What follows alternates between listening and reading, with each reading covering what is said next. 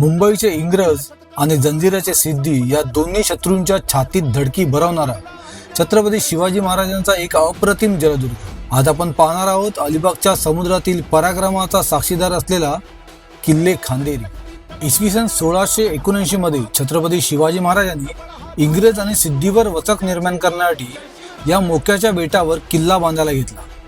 इंग्रजांचा प्रचंड विरोध झुगारून मराठी आरमाराचे प्रमुख मायनाक भंडारी यांनी ऐन पावसाळ्यात या किल्ल्याचे बांधकाम पूर्ण केले। या किल्ल्यावर आजही गाड्यांसहित असलेल्या दुर्मिळ ऐतिहासिक तोफा पाहायला मिळतात आणि इथलं सर्वात मोठं आकर्षण म्हणजे धातूचा खडक, ज्याच्यावर दुसरा खडक आपटला की धातूच्या भांड्यासारखा टणटण आवाज येतो।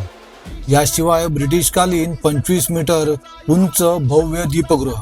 तुम्हाला ही ऐतिहासिक माहिती कशी वाटली कमेंट करून नक्की सांगा आणि अशाच माहितीपूर्ण व्हिडिओसाठी मला आत्ताच फॉलो करा।